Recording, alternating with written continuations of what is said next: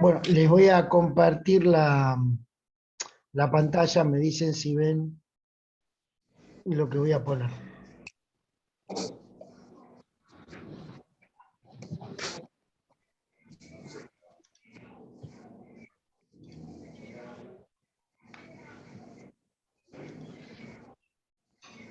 ¿Están viendo la pantalla? Profesor, sí, profe. Bueno, Sí, profe.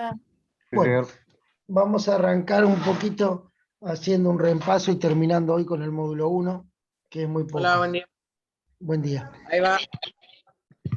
Lo que le pido es que apaguen los micrófonos y cuando después termino de explicar el modulito este, lo vuelven a aprender para hacer preguntas, ¿sí? Si no, es como que no se va a entender mucho. Bueno, el primer apunte del módulo 1 hablaba todo de lo que era la evolución de las computadoras, que yo le había dicho en la clase así por arriba, ¿sí? La primera generación arranca en el año 50 y va hasta el 58, y las computadoras estaban formadas por algo que se llamaba tubos de vacío o válvulas. No tenían teclado y mouse esas máquinas, sino que trabajaban con tarjetas perforadas, eran unas tarjetas parecidas a las del PRODE, eran muy grandotas y aparte de eso eran máquinas que consumían muchísima, pero muchísima energía. ¿Sí? Apaguen el micrófono, por favor, porque se escucha de fondo gente hablando. Bien, esas máquinas, ¿sí? Acá las tienen un ejemplo, ¿sí? Acá tienen el ejemplo de lo que era una computadora, fíjense que eran enormes, y aparte de eso tenían las válvulas que sobre la derecha, ahí tienen las válvulas de tubos de vacío. Ejemplos de esas máquinas, ¿sí? Son las que tenemos acá, de esta primera generación, Atanasoft, Colossus, ENIAC, SAC, UNIVAC. La ENIAC del 1946, nosotros en este momento la tenemos funcionando en la Facultad de Ciencias, ¿cómo es? En la Facultad de Ciencias Exactas, allá en Ciudad Universitaria. Está todavía funcionando esa máquina, la pusieron a funcionar hace poco porque no andaba, pero ya funciona correctamente. La segunda generación arranca en el año 59 y va hasta el año 64. ¿Sí? Acá aparece el transistor, por ende ya empiezan a aparecer, aparecen dos cosas importantes, el transistor y los pequeños anillos magnéticos. Eso después va a dar origen a lo que uno llama el disco rígido. ¿Sí? Acá las computadoras se mejoran los programas, se desarrollan lenguajes de programación y aparecen las mini computadoras y terminales. ¿Por qué aparecen las mini computadoras, es decir, las computadoras más chicas? Por la aparición del transistor, que es un elemento importante dentro de la electrónica. Bueno, acá tienen ejemplos y las máquinas que forman parte de esa época, de esa segunda generación. La tercera generación, ¿sí? Ya trae los circuitos integrados y trae los chips. Los circuitos integrados son los motherboard, por ejemplo, las placas madre, las placas de video, todo ese tipo de cosas. Y los chips son las cucarachitas negras. ¿Sí? Aparece lo que se llama la multiprogramación, es que muchos programas corren a la vez y se desarrollan procedimientos para compartir recursos, ¿sí? Y aparece la memoria virtual. Acá tenemos los chips, acá tenemos los circuitos integrados, y fíjense en que ya las máquinas empiezan a tomar la forma de una PC, ¿sí? ¿Se acuerdan que habíamos visto en el aula dos tipos de gabinete? Los baby y los slim. Este es un gabinete slim, va en forma horizontal y apoyado va el monitor. Bueno, acá tienen los ejemplos de esa generación. La cuarta generación ya hace mucho hincapié, aparece el microprocesador, ya se empieza a hablar del microprocesador, Cuando vimos microprocesadores, el más importante en esa época era el Intel. Los circuitos integrados empiezan a avanzar, los chips también, aparecen las memorias de silicio, aparecen las computadoras personales y las supercomputadoras que hoy llamamos servidores. ¿Sí? Acá tienen ejemplos, perdón, acá está.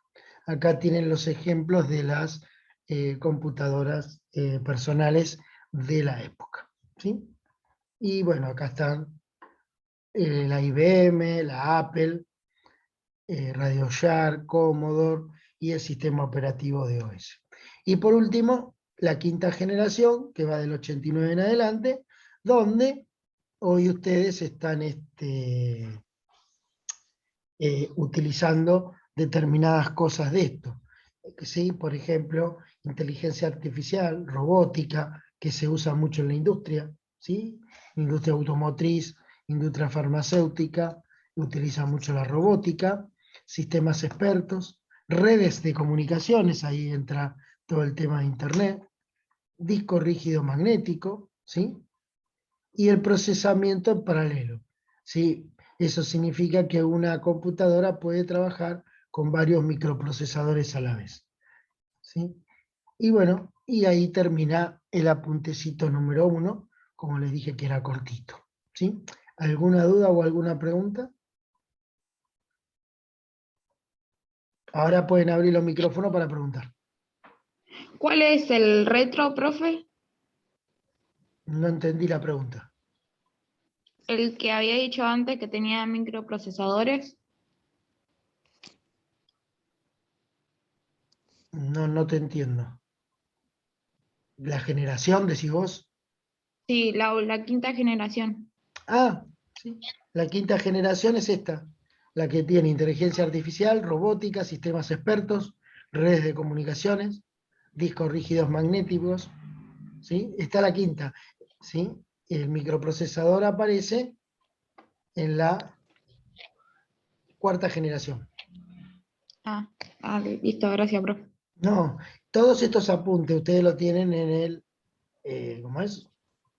Lo tienen en el campus virtual, ¿sí? Lo pueden bajar, lo pueden imprimir, lo pueden tener en el teléfono, son todos archivos PDF, ¿sí? Ya lo tienen ahí. ¿Mm? ¿Alguna otra duda o consulta sobre este apunte? No, profe. Bueno, No, profe. bárbaro, los vamos acá. Ahora vamos a ver los tipos de computadoras que hay, ¿sí? Tenemos varios tipos de computadoras, las notebook, las only one, las gamer, las workstation, las servidor, ¿sí?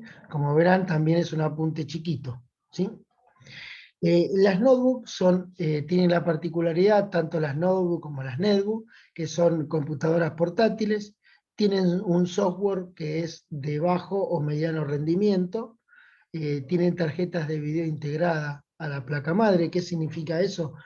Que si a la placa madre, ¿se acuerdan del motherboard que vimos en clase? Se le llega a romper la placa de video, tenemos que cambiar todo el motherboard. Eso no se puede arreglar. Todo lo que es integrado tiene ese problema, ¿sí? Y tienen memoria RAM, acá la llaman memoria interna, que va desde 4 a 32 GB. No significa que pueda tener menos, no significa que pueda tener más. Hay máquinas que tienen más, hay máquinas que tienen menos.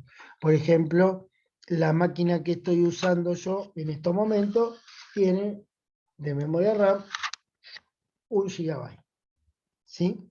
Y funciona pues, hasta ahora correctamente. Después vienen las máquinas, las Only One. Las Only One son aquellas máquinas que ustedes ven un monitor grandote, un teclado y un mouse, nada más. ¿Sí? ¿Y dónde está el disco rígido? ¿Y dónde está el motherboard? Atrás del monitor. Es solo una sola pieza. Esta es una computadora que está, como dice acá, ¿ven? Computadora con monitor integrado, ¿sí? Se usa para oficina, el software también es de mediano rendimiento.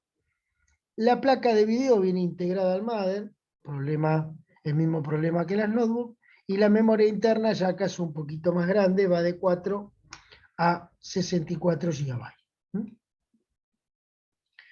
Después tienen las máquinas gamer, acá sí ya estamos hablando de máquinas de alto rendimiento, otra cosa, ¿sí? Son computadoras, generalmente son computadoras de escritorio. ¿Hay máquinas gamer en notebook? Sí, pero tienen un problema, no se puede modificar nada de lo que está ahí adentro. Por ende, los gamers no la usan, les gustan más las tipo PC, porque ellos le pueden ir cambiando piezas a medida que va evolucionando la computadora. Entonces tienen software de alto rendimiento, tarjetas de video, las placas de video acá ya no vienen más integradas al mother, sino que son extraíbles, uno las puede sacar y colocar, es decir, tengo una placa de video, si no me gusta, la saco, la vendo y me compro otra, no tengo ningún problema.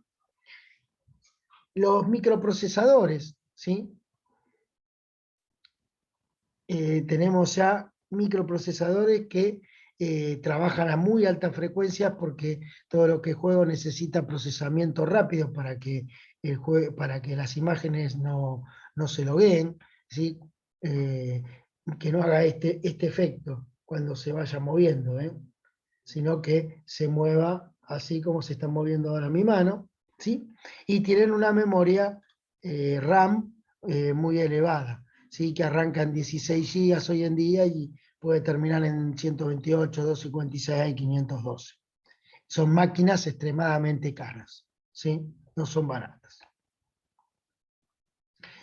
Después tenemos las máquinas que generalmente llamamos workstation o clientes también.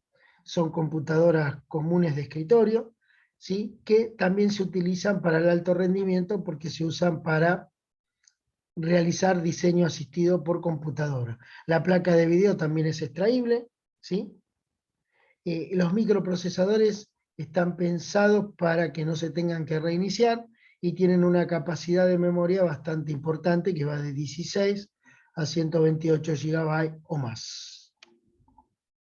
Y por último, tenemos los servidores. Los servidores son máquinas que brindan servicios. Por ejemplo, nosotros en estos momentos, yo me incluyo, ustedes también, están usando el servidor de Classroom, ¿sí? Nosotros estamos entrando a un servidor de Classroom, lo estamos utilizando con nuestras máquinas que lo podemos llamar clientes o workstation y ellos nos brindan ese servicio. Y a su vez también estamos usando el servidor de Zoom, porque nosotros dentro del Classroom, ustedes por Classroom, ¿a dónde entraron? Profe, A Zoom. Sí, disculpe, sabe que no sé qué pasa con mi cargador, pero tengo, o sea, empecé con 15 y lo enchufé y ahora tengo 6. Y no sé lo que pueda llegar a pasar, pero está y cargando. y te vas a quedar sin batería. No sé, profe, pero o sea, si alcanza, Te vas a pero quedar tengo sin miedo. batería. Sí, pero está cargando, profe, y no tengo otro cargador, pero no sé qué. Está bien, pero si tenés 6 si te empezaste con 15 que estaba cargando, y ahora tenés Claro, 6, y ahora tenés 6 que está cargando, te vas a quedar sin batería. Te vas a quedar sin batería, ¿qué vas a hacer? Fíjate después si es el enchufe o si es el cargador que está funcionando mal. ¿Mm? sí, o sea, Pero encima anoche tengo 25 y bueno, nada, ahora empecé la reunión y tenía 15 y ahora tengo 6. No sé por qué no carga o no, o sea, no llega la capacidad de lo que es el cargador a la clase, ¿no? sí, a ver, la clase con el cargador no tiene nada que ver. Son dos cosas totalmente distintas. Ese es un problema electrónico que tenés con el cargador. Yo en estos momentos no lo puedo arreglar porque estoy a distancia. ¿Sí? Tendría que No, agarrar el cargador, desarmarlo y fijarme por qué no está era cargando. Pero sabido que bueno, si no se puedo. No tengo forma de hacerlo. Lo que sí te digo es que te vas a ir quedando y se te va a apagar en algún momento porque tenés 6. Porque el consumo que tiene se te apaga y bueno, por eso. después pedí la clase a los compañeros. Sí, igual estoy anotando todo yo, profe. No, pero bueno, cuando se corte, después pedí la clase a los compañeros, porque capaz que se te corta, ojalá que no. Sí, ojalá que no. Sí, pero bueno, si se corta, le pedí a los compañeros. Creo que sí. Bien, estas máquinas tienen procesadores que nunca se reinician y también tienen módulos de memoria bastante importantes. Son muy grandes porque necesitan mucha capacidad. Estas máquinas tienen la opción, en muchos casos, que esto es lo importante de esto, que muchos usuarios pueden acceder a la vez. En estos momentos nosotros en el Zoom somos, creo que 14, 15 personas, ¿sí? Incluyéndome a mí. ¿Sí? Podemos tener hasta, con esta modalidad, hasta 100 personas sin ningún tipo de inconveniente. Más adelante, si uno elige la opción de paga de todo esto, puede tener hasta 500.000 personas. Eso lo hacen así a propósito para que uno pague. ¿Sí?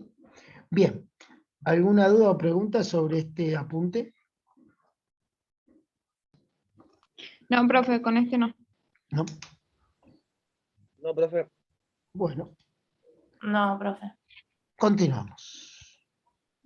El tercer apuntecito, que también es cortito, habla sobre la estructura de una computadora y lo divide en dos grandes partes, las partes internas y las partes externas. Dentro de la parte externa, acá está mostrando los lectores de CD, DVD o Blu-ray, que son los lectores ópticos, la antena de Wi-Fi, ¿sí?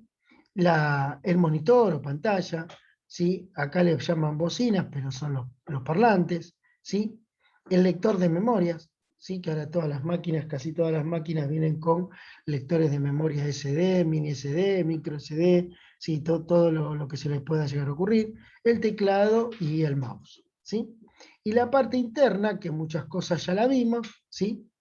Tenemos la placa madre, tenemos el sistema de ventilación o cooler, ¿sí? Siempre el sistema de enfriamiento, de ventilación, está formado por dos partes. Por un lado viene el ventilador y atrás tiene una torre de disipación de aluminio, a veces mezclada con cobre, de acuerdo a lo que necesite el elemento electrónico para poder disipar mejor el calor. Eso va a depender siempre de eso. Por eso hay ingenieros que se encargan de generar lo que se llaman torres de disipación para extraer el calor de un determinado dispositivo electrónico. Tenemos los microprocesadores, los discos rígidos. Acá tenemos un disco rígido magnético común, el que se usa en cualquier máquina, ¿sí? Y aparte de eso tenemos la placa de video extraíble y las unidades de disco rígido sólidas, que son como si fueran pendriver muy grandes, que almacenan mucha, pero mucha información, ¿sí? Hoy en día estos discos se están utilizando en las máquinas gamer porque son muy rápidos. Entonces los juegos cargan 10 veces más rápido que en un disco común, en un disco de este tipo, ¿sí? Tenemos la memoria RAM, tenemos el gabinete, que teníamos dos tipos, el Baby y el Tower, ¿sí? Tenemos la fuente de alimentación, que es lo que nos permite conectar la máquina a la electricidad. Bueno, ventiladores, placas de red, y por último, el módulo de Wi-Fi. Acá si alguno tiene en casa Wi-Fi y tiene una máquina, una PC, y no tiene Wi-Fi esa PC, comprando una placa Wi-Fi e instalándola, esa máquina PC que tienen la pueden convertir en una máquina que tenga conectividad Wi-Fi como la tiene una notebook o como tiene un celular, ¿sí? Por eso se los puse acá y se los explico para que, bueno, sepan que una PC también puede tener Wi-Fi siempre y cuando le compren el modulito, ¿sí? De Wi-Fi. Eso se compra en cualquier casa de computación. ¿Alguna duda o alguna pregunta? No, profe. Bueno, y el módulo este sí que es el más grande de todo, ¿sí? Es el que nosotros estuvimos viendo durante todo esas 4 clases que tuvimos al principio, ¿sí? Arranca que es una PC, las características básicas de la PC, ¿sí? Esto voy rápido porque ya lo vimos. Sistemas basados en microprocesador, fácil operatividad, dimensiones reducidas, bajo costo, ¿sí? El funcionamiento, bueno, lo que es, perdón, una PC tiene dos grandes partes, que es el hardware y el software. Dentro del hardware tenemos las lectoras de CD, las grabadoras, impresora, monitor, teclado, mouse, memoria RAM, cables, pendriver, placa madre, todo lo que a ustedes se les ocurra. Y el software, que es la que contiene sí, todos los elementos. El hardware tenía los elementos físicos y este tiene los elementos lógicos, ¿sí?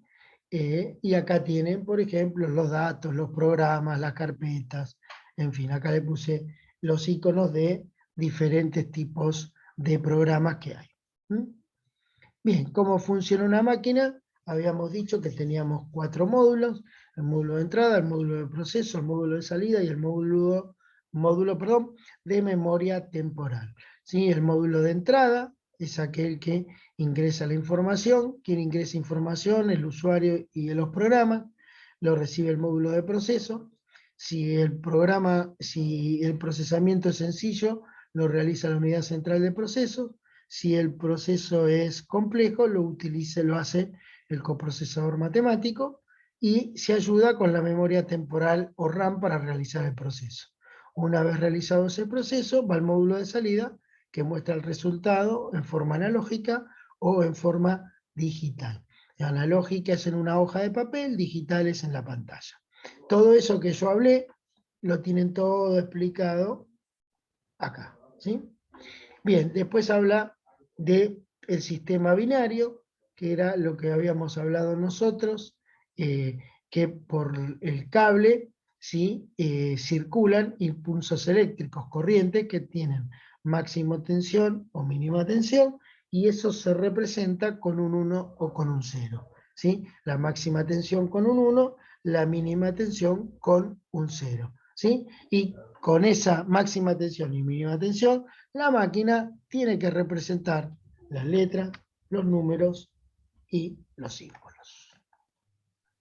Bien, ahora sí vemos los elementos de hardware más importantes. Acá tenemos los gabinetes, el Baby y el Tower, ¿sí? El motherboard, que ya lo habíamos visto, ¿sí? Los medios de almacenamiento, que eran 3, ópticos, magnéticos y electrónicos, ¿sí? Acá tienen ejemplos, por ejemplo, medios de almacenamiento magnético, tienen al disco rígido, tienen a los disquetes, tienen a las cintas que ya no se usan más, los disquetes tampoco, lo único que quedó fue el disco rígido, ¿sí? Los medios de almacenamiento óptico, CD-ROM, DVD, Blu-ray, y los electrónicos, que acá tenemos un montón, pendriver, memorias, SD, MP3, MP4, todo eso que lo tenemos aquí, ¿cómo es? Representado por esas imágenes. Bien, después tenemos el teclado, ¿sí? Que se usa para ingresar, tanto el teclado y el mouse, que se usa para ingresar información dentro del sistema, los parlantes, la impresora, que es el dispositivo de salida, ¿sí? Placa de video, ¿sí? Que es la que nos conecta con el monitor. Acuérdense que muchas computadoras la placa de video la traen incorporada o soldada a la placa madre, ¿sí? Cuando pasa eso, es un problema si se llega a romper, porque no la vamos a poder arreglar, ¿sí? Muchas veces los modems tienen una opción que se deshabilita la placa de video on board y uno puede colocar una nueva. Placa de sonido, ¿sí? Si bien vienen on board, es decir, vienen soldadas al mother, ustedes también pueden incorporar una placa de sonido de mejor calidad en el caso que ustedes editen video en forma profesional o hagan arreglos musicales en forma profesional. Ahí necesitan una placa de sonido profesional, que es extremadamente cara, no son placas baratas. Luego viene la plaquita de red, que esta la usamos mucho para conectarnos a internet. Si no tenemos placa de red, no nos podemos conectar a internet. El módem, que es el aparato que permite que un usuario, nosotros, nos comuniquemos con nuestro proveedor y tengamos salida a internet, ¿sí? La webcam, que es la que muchos están usando ahora en estos momentos. Yo estoy usando una, ustedes me están mirando a mí y yo los estoy observando a ustedes, aquellos que la tengan activa, ¿no? Los que pusieron una fotito, solamente veo la foto estática. En ese caso, la cámara está apagada, ¿sí? En el caso, por ejemplo, de Juan Rosales, lo nombro a él porque Juan está acá. En ese caso particular, ¿sí? En ese caso particular, ¿sí? De Juan, ¿sí? Juan la tiene habilitada la cámara, entonces yo ahí lo estoy mirando todo lo que está haciendo, los movimientos, todo, ¿sí? Por eso tiene la camarita ahí abierta, ¿sí? Hay otros que no porque la tienen apagada. Cuando la cámara está apagada, o la dejan en negro, o, ¿cómo es? Ponen el nombre nada más, o ponen una imagen de la persona y listo, ya está, ¿sí? El escáner, en este caso el escáner, es el aparato que permite digitalizar información que uno tiene en papel, generalmente. Hoy en día este aparatito viene incorporado a lo que se llama impresora multifunción. Las impresoras multifunción tienen para imprimir y para digitalizar esa información, ¿sí? El microprocesador, que habíamos hablado, que teníamos dos microprocesadores, el Intel y el AMD, ¿sí? El Intel, acá tienen los ejemplos de los dos microprocesadores, memoria RAM y ROM, que ya habíamos hablado sobre eso. Acá tienen el ejemplo de la memoria ROM, soldada al mother, con una etiqueta, que dice AMI BIOS, que es la marca de la memoria ROM, y la memoria RAM que uno la puede cambiar en una computadora. Los periféricos, que tenemos tres tipos de periféricos, acuerden la definición, que se conectan al mother y transportan información, y hay tres tipos de periféricos, de entrada, de salida y de entrada-salida, ¿sí? Y acá tienen los ejemplos. Periférico de entrada, teclado, mouse, escáner y las lectoras. Periféricos de salida, tienen la impresora, el monitor y los plotter, que son para imprimir gigantografías, es decir, cosas grandes. Y los de entrada-salida, disco rígido, disquetera, pendriver, placa de red, modem, todo ese tipo de cosas. Bien, ahora sí viene la parte que no habían visto, ¿sí? Las unidades de medida. ¿Para qué se utilizan las unidades de medida? Se utilizan para medir la capacidad de almacenamiento de un periférico dispositivo, para medir la capacidad de memoria, para saber cuánto pesa un archivo. En informática, nosotros tenemos tres tipos de unidades de memoria.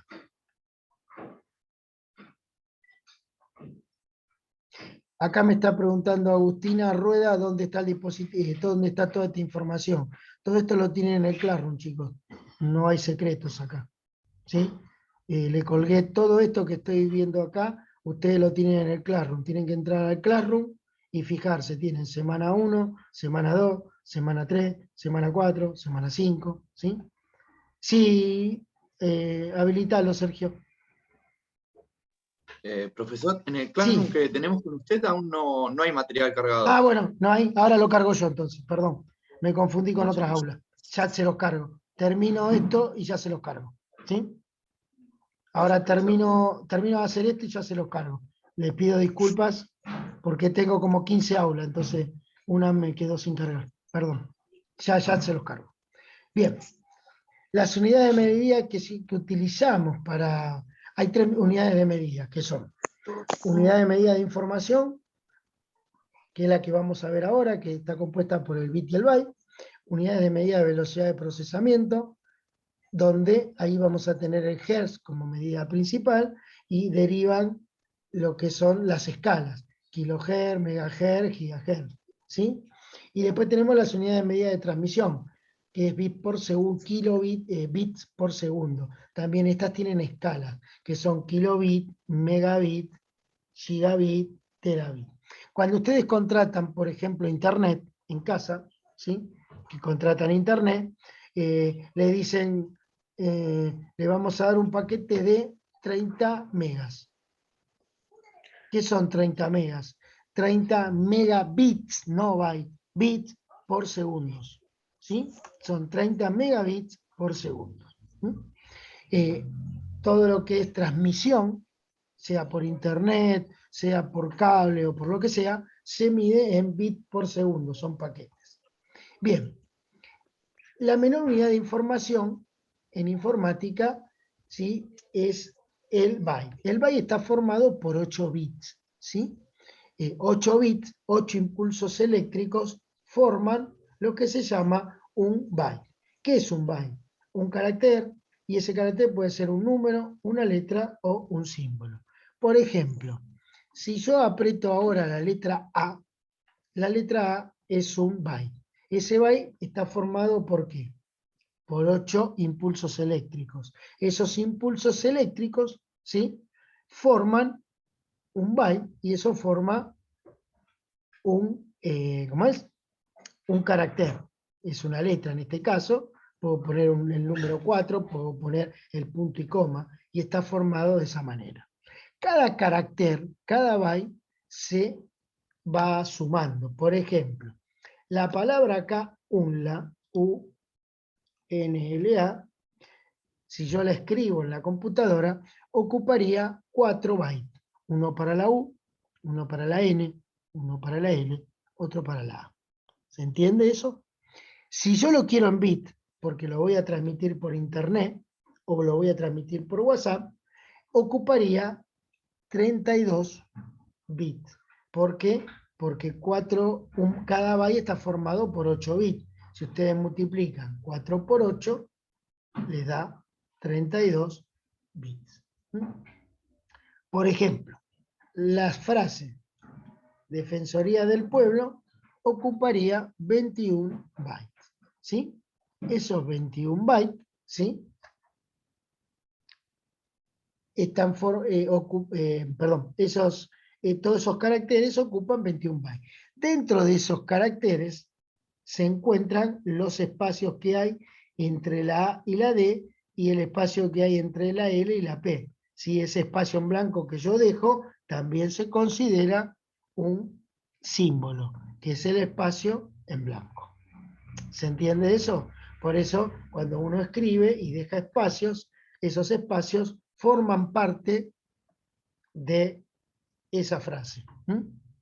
Bien. Todas las unidades de almacenamiento tienen lo que vamos a llamar escalas.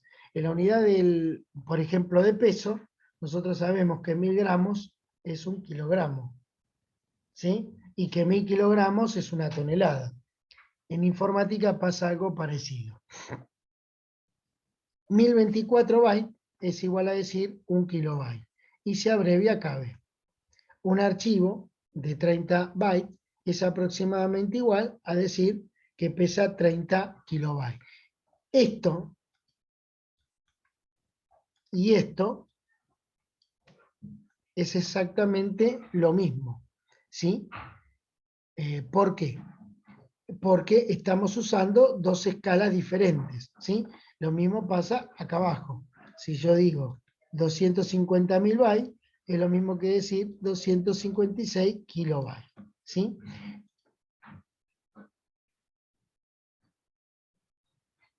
No hay problema que se apagó, no hay ningún problema. Y después que me pida esto y no hay drama. ¿Sí? Bien, esto, esperen que lo voy a sacar un cachito. Ven, por ejemplo, voy a compartir esta parte. Ahí está. Por ejemplo, tenemos un archivo de 30.000 bytes. cuántos kilobytes ocupa. ¿Sí? ¿Cómo hacemos esto? Nosotros sabemos que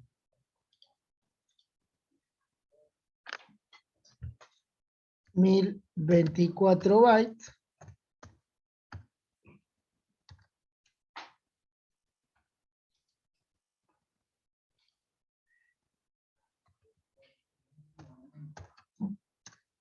bueno,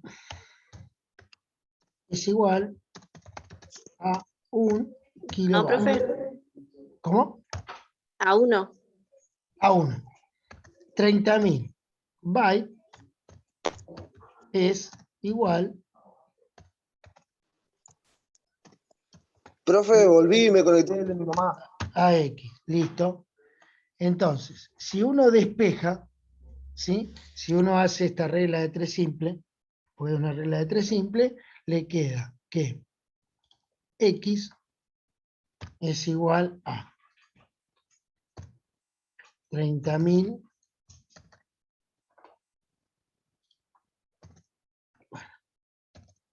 bytes por 1 kilobyte, ¿sí?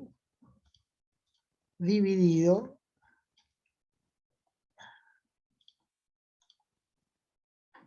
1024 bytes.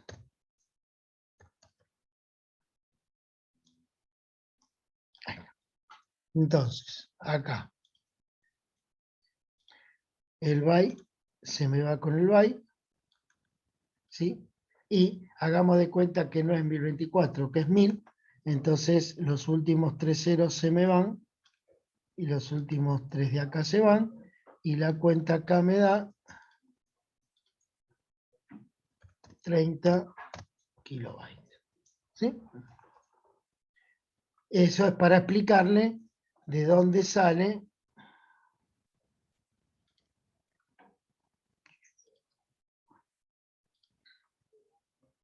esto de acá, que 30.000 bytes es 1 kilobyte. ¿Sí? Bueno, se me va a cortar, chicos. La clase que viene continuamos con esto, desde acá en adelante, ¿sí? Pero no lo voy a hacer de vuelta a entrar por el tema de que capaz que se le terminan los datos del teléfono, ¿sí? Entonces, por lo menos 40 minutos vamos a ver esto, ¿sí? Después dice acá, si se corta no hay problema, nos comunicamos el viernes que viene a la misma hora. 1024 kilobytes es igual a 1 megabyte, y acá le da toda la explicación. 1024 megabytes, 1 gigabyte, y 1024 GB, 1 terabyte. Eso hasta ahí tenemos que saber nosotros. ¿Sí? Y después viene, que lo voy a explicar la clase que viene, los tipos de software. Ahora apenas